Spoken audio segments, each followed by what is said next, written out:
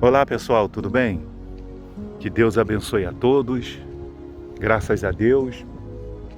Quanto tempo que nós não gravávamos nossos vídeos, o nosso vídeo aqui nessa montanha, né? Mas hoje, graças a Deus, como eu já tinha falado com vocês, nós retornamos, tá ventando um pouquinho mais, nós vamos aí falar um pouquinho próximo do microfone aqui para que o vento não atrapalhe. Estamos mais uma vez aqui, pessoal, nesse monte. Acabei de praticar minhas orações, inclusive para que Deus abençoe aí as nossas gravações, porque o nosso propósito nesse trabalho, pessoal, de fazer os nossos vídeos é exatamente alertar as pessoas sobre as profecias bíblicas que vai acontecer. O problema é que, como disse o apóstolo Paulo, o Deus deste século tem cegado o entendimento das pessoas à luz do Evangelho, de maneira que as pessoas, assim como foi na época de Noé, que eles estavam vendo Noé construir uma arca imensa, e Noé deveria apregoar para as pessoas o motivo por que ele estava construindo aquela arca, porque havia um desagrado de Deus para com a humanidade por causa do pecado, por causa da malícia, como está escrito, né, lá em Gênesis capítulo 6, a corrupção do gênero humano, que Deus se arrependeu de ter formado o homem, mas quando Deus olhou para a terra, ele se agradou de Noé porque Noé andava com Deus. Noé andava com Deus. Como também em meio a esse mundo, né, aí ó, a cidade aqui de município, né, de Nova Iguaçu, como também em meio a esse mundo, assim como existe várias pessoas como eu, que temos procurado alertar sobre a volta de Jesus, sobre as pessoas se converterem a Jesus, fazendo apelo para que as pessoas aceitem a Jesus, e as pessoas estão ignorando, como na época de Noé, eles ignoraram e começou a chover um dia, 2 dias, né, durante 40 dias e 40 noites. E todos foram levados, sobrando apenas 8.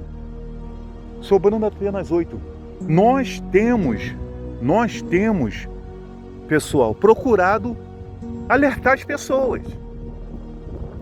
pessoas, mas assim como Jesus, ele disse lá em João 8, conhecereis a verdade e ela vos libertará, o livro lá do diabo está escrito lá, conhecereis a mentira e ela vos enganará. E é isso que as pessoas querem. As pessoas querem viver na mentira, querem viver enganada.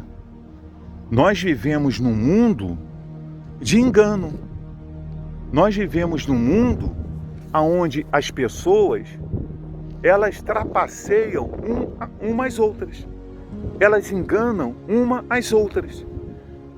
E pasmem vocês, esse foi o primeiro sinal que o Senhor Jesus disse para os seus discípulos, quando eles perguntaram, Senhor, que sinal haverá da consumação do século? E Jesus disse, olha, cuidado, vigiai para que ninguém vos engane, porque muitos virão em meu nome, dizendo, sou eu. E o que nós temos visto por aí, de igrejas, irmãozinhos, com o nome de Jesus nos lábios, intitulando-se pastor, intitulando-se ministro, bispo, mas enganando, trapaceando pessoas, pessoal, é muitos.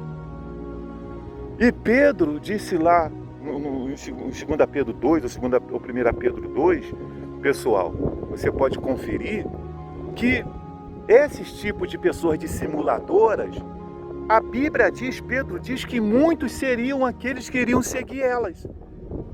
E você pode ver que esses enganadores vai assim de pessoas atrás deles, porque eles têm uma lábia que atrai as pessoas. Eles também operam milagres. Por isso que em Mateus 7, Jesus diz lá que nem todo que me diz Senhor, Senhor, vai herdar o reino dos céus. Porque naquele dia muitos dirão, em teu nome eu curei, em teu nome eu libertei, em teu nome eu preguei. E ele vai dizer, olha, eu não vos conheci. Eu não vos conheci. Porque foi o ministério da mentira, foi o ministério do engano, o ministério para poder agradar o seu próprio ventre e não agradar ao nosso Senhor Jesus, que lá no Calvário entregou a vida e nos deixou todo o ensinamento para que nós pudéssemos levar as almas até Ele. Porque quem é o Salvador? Quem é que tem o dom, pessoal, de perdoar pecados? Quem é que tem o dom de salvar as pessoas? É Jesus. É Jesus. Jesus que faz com que as pessoas elas sejam salvas. Ele é que faz com que o pecado das pessoas, Ele é que perdoa. Ele é que derramou o seu sangue na cruz do Calvário para que nós pudéssemos ser redimidos dos nossos pecados. Para que nós pudéssemos ser redimidos dos nossos pecados. É uma promessa, né, que o anjo disse lá para José lá, né? Lhe porás o nome Jesus e ele salvará seu povo do pecado deles. Então, nós vivemos num mundo, né, perdido. Esse mundo que nós estamos vivendo, meus irmãos, é um mundo perdido. Por isso que não existe salvação para esse mundo.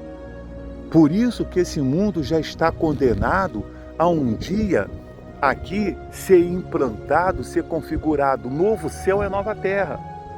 Por isso que esse mundo já tem um fogo entesourado para ele.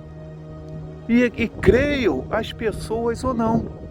Acredite elas ou não.